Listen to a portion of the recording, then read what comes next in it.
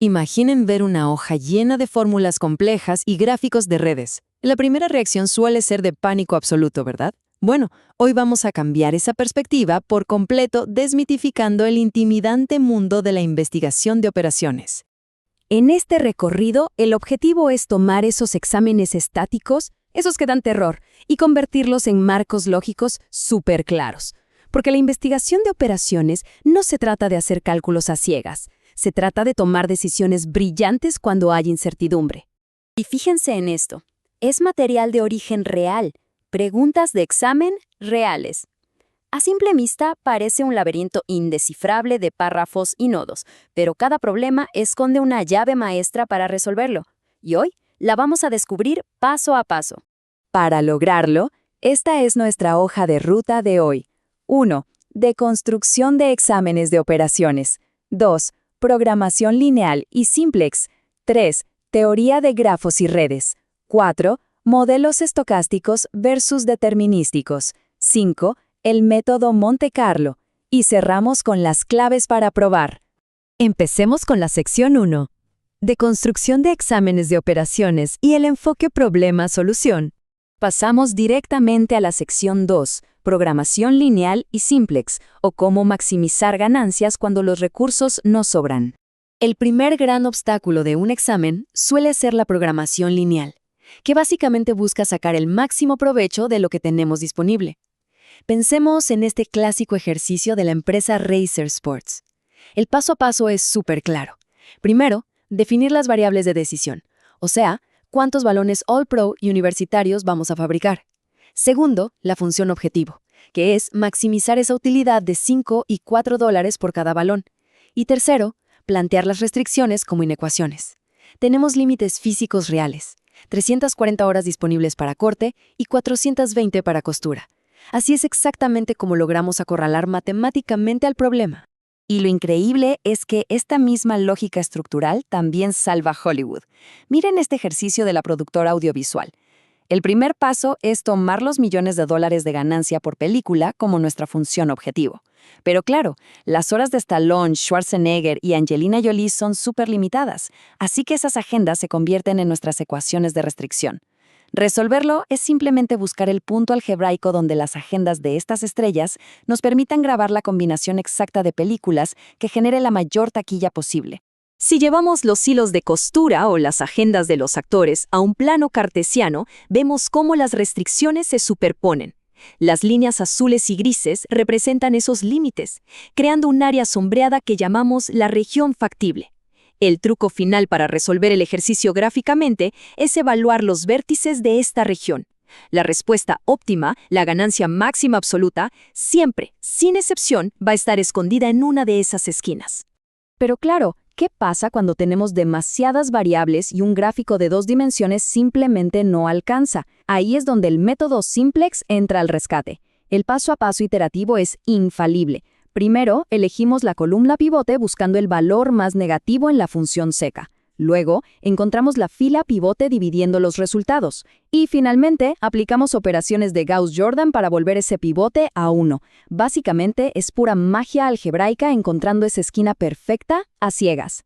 Avanzamos a la sección 3. Teoría de grafos y redes. Vamos a ver cómo encontrar las rutas más eficientes.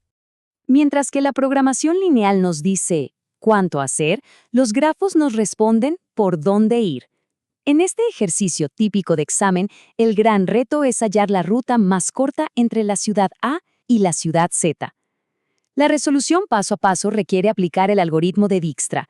Partimos del nodo inicial, evaluamos los costos de los nodos adyacentes y vamos marcando el camino de menor peso acumulado hasta llegar a la Z.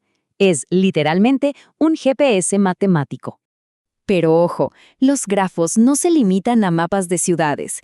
Esta matriz representa los costos de tender líneas de telecomunicaciones entre una casa matriz bancaria y 5 sucursales. Para resolver este árbol de expansión mínima, el paso a paso es súper directo. Usando algoritmos como el de Prim o Kruskal, seleccionamos el enlace con el costo más bajo de toda la tabla, digamos el de 50 o el de 70, y repetimos el proceso conectando nuevos nodos. La regla inquebrantable aquí es asegurarnos siempre de no formar ciclos cerrados.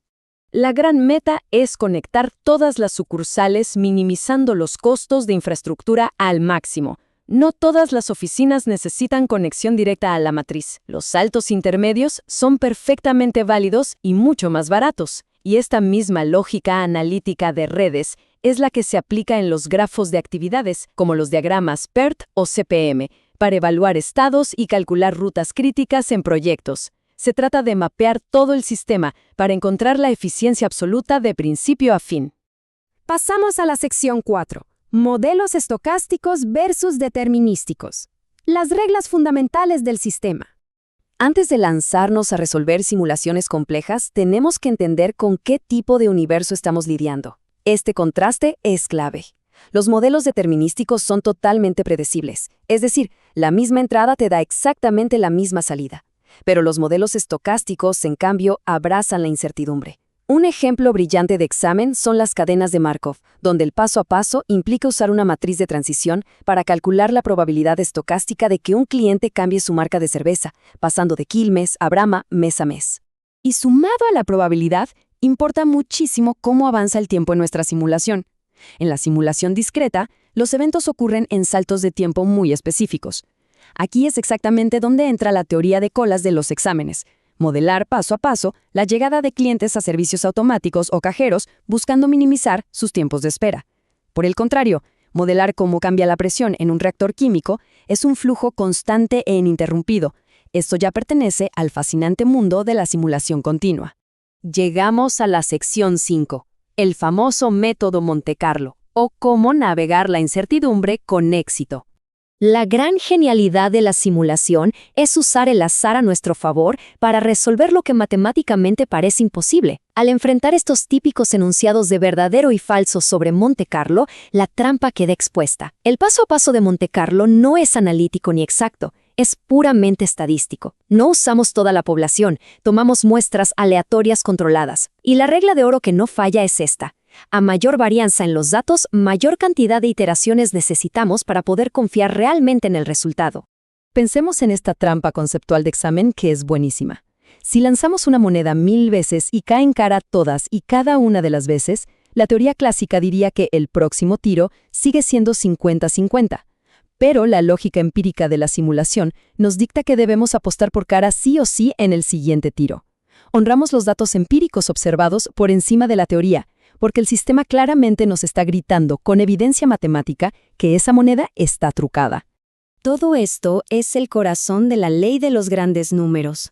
Al principio, si miramos la parte izquierda, el promedio de lanzar unos dados fluctúa a lo loco, con picos muy altos y muy bajos.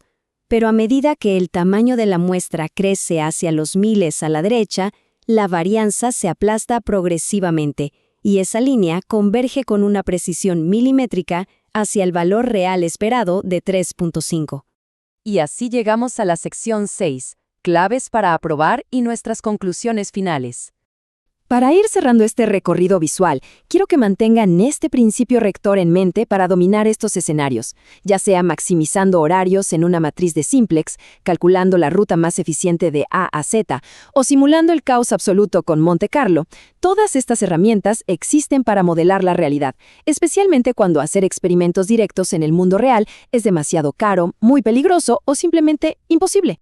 Lo que nos lleva a la reflexión final de toda esta disciplina. Entender las ecuaciones y hacer cálculos precisos es vital. Totalmente de acuerdo. Pero si el modelo original no refleja fielmente las restricciones y variables de la vida real, el cálculo matemático más perfecto del mundo no servirá absolutamente de nada.